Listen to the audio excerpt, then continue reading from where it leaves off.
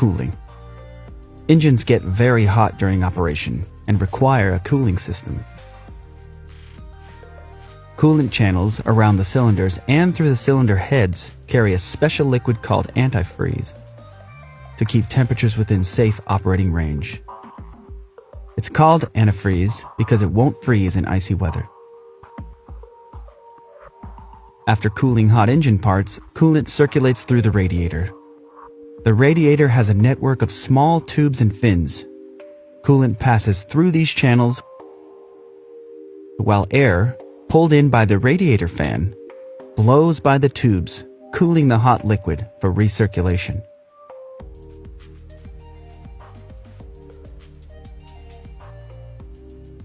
A water pump keeps the coolant system flowing and properly pressurized.